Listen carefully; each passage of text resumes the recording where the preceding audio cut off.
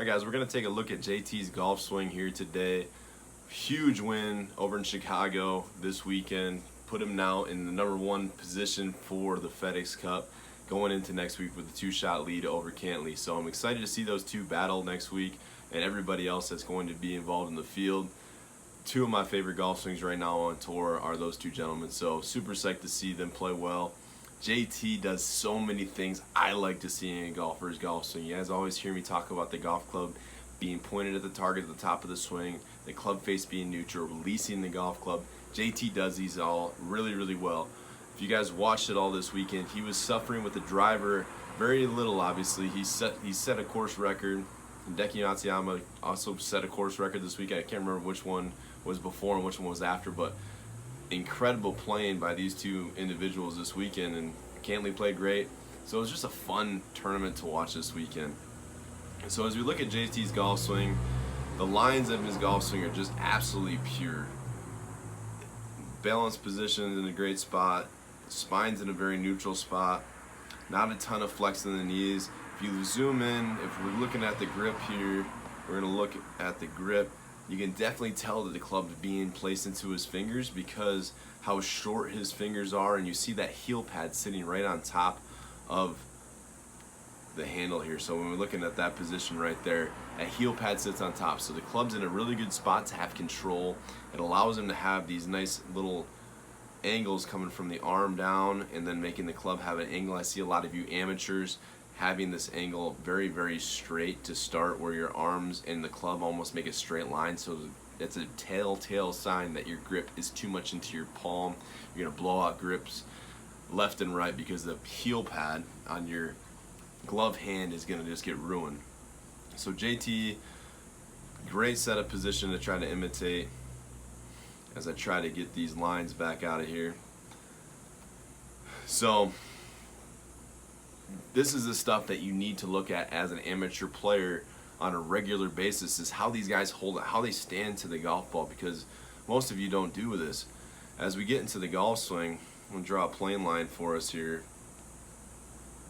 As he takes it back, he does what everybody does so well, that swings the golf club on the arc. The club face is a little bit above the hands here, at halfway back where the club's parallel to the ground, Club face is in a very neutral position. His shoulders starting to turn, the club staying right between his chest. So this is a great position for the club parallel to the ground. As we continue to go up, you're going to see his shoulders start to steepen a little bit more. This is more typical, definitely more nowadays. If you see a player like Louis Oosthuizen, and he has a little bit more flat shoulder playing, but the club is still in a really good spot. It gets released really well. So you're going to start to see JT really steepen up the shoulders and lift his arms. The shoulders make the golf swing round in the golf swing. The shoulders and hips. As we turn, that's what gets the club to go on the end-to-end arc. The club is lifted by the arms and the hands because of the fact that the ball is played on the ground. We have to have an element of up and down. So the club is being lifted. He does a tremendous job at this. He lifts the golf club way up into the air. As we get up to the top, this is in just an ideal position. We're going to see the club face very neutral towards the forearm. He has a little bit of flex in his, I know how everybody likes that little flex in the wrist. It's just because how he holds it. If you put your hands on the club properly, you're going to have good wrist angles. I'm just going to break that news to most of you. As he transitions down into his downswing, I'm going to clear out some of these lines here. You're going to start to see JT unwind his arms beautifully here. So his arms start to drop as his hips start to turn.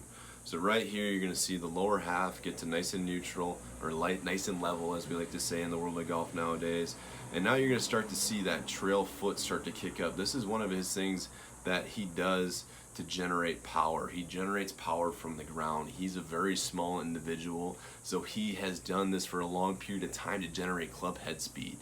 Just like any other sport, you use the ground as a support system, so you can accelerate your body upward, you can then accelerate your arms outward. So it's a very common thing for any sport as you try to generate any speed. Tennis does it, baseball does it, basketball does it in a different sense. You use the ground as a support system, elevate yourself till you can then extend your arms out, just like JT does here.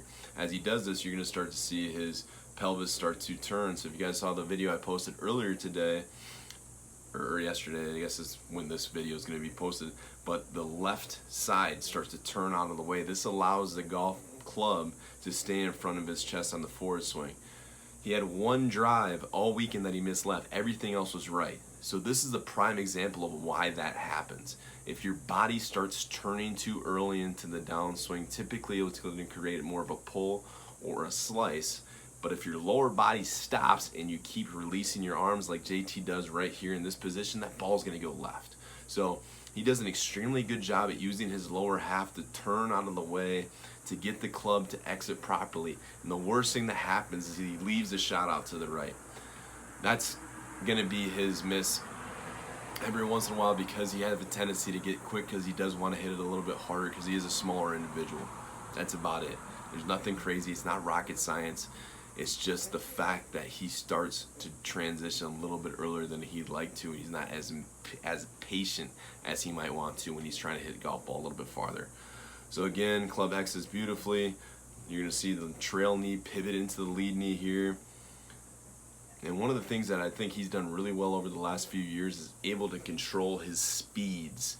What that means is now he's having different gears in his golf swing to where he can control his distances a lot better. We get so hung up in the world of golf of looking at positions in the golfer. We get so hung up at what they do in their golf swing, and we forget that the fact of the matter of the game of golf is to get the golf ball to travel a certain distance to get close enough to a hole that we can create the lowest score possible. That's it. It's not that hard of a concept. But if we start thinking about the golf swing as a fundamental aspect, we forget that we're playing a game. There's a time and a place to work on technique. There's a time and a place to play. Let yourself learn your tendencies. Once you have an understanding of your tendencies, then you have the ability to go back and break things down. That's diagnostics of the game of golf. If you know that you hit shots to the left, you know that you hit shots to the right, are they curving? Are they staying straight? These are the things that you should be paying attention to and allowing the golf ball to give you those answers. That's what really the biggest thing is. I understand that we have TrackMan now that's been able to bust the data of club parameters and this and that. And then we've also had K-Vest and Hack Motion. And we start training these body positions, which I don't disagree with, but I don't think it's the end-all be-all of the world. The golf ball tells us a very, very unique story. If the golf ball goes to the right and the TrackMan tells me that my face was pointed left, that ball should have gone to the left, no doubt about it, how is that going to affect me when I'm actually playing golf? If the ball goes right, I don't care if my club face is closed or my club face is supposed to be producing a golf ball that ends up going left. I care the fact that I missed it right. And if that happens more and more and more, and you start to see these tendencies, and that's what I think we need to use these technologies that we receive, is what is our tendencies? Why is these things showing up in my golf swing? So don't get so hung up on certain things that you see in the sense of numbers. Understand why these numbers might be showing up. Is it your grip? Is it your ball position? Is it where your alignment is? These things will have a tendency, because you are always trying to adapt your body, adapt your positioning to what golf ball, what flight you see. So the fastest way to change motor patterns is to change the flight of the golf ball that you're trying to hit. So if you suffer from a closed club face, or suffer from an open club face, take that thing and shut the hell down. Shut it. Just turn that thing dead left and hit some golf balls. You're going to start to see a different shot. You're going to start to see your body move differently. Same thing if you hit hooks, open the face up, see how your body moves. Take videos, then you'll start to understand more of why these things happen in your golf swing. So again, got a little bit of a rant there, but not much to say about JT's golf swing other than the fact that it's absolutely beautiful. The dude is a phenomenal player. I can't wait to watch him next week. I'm so excited to see him continue to improve and continue to grow his game at a young age. And he's going to be a force to reckon with for a long period of time. I'm going to tell you that right now. So hope you guys enjoy this. Take a second, subscribe to the video down below. Like it, comment, share it with some friends. I'd appreciate it. And also, check out the podcast, The Next Shot. Jazzy Jeff and I just started this up. We're on episode 3, just released. Dr. Paul from North Carolina talking some chiropractic and things like that. So go check it out. I'd appreciate it. It's on all the platforms that you can listen to podcasts. Obviously, probably everybody going on either Spotify, Google Podcast, or Apple Podcast. Make sure you subscribe, comment, like, all that fun stuff. Let us know how we're doing. Let us know how we can improve. We're just trying to give you guys the best information, the best content, and help you guys get better at golf. That's our goal. So I love you guys. Much love. Appreciate you.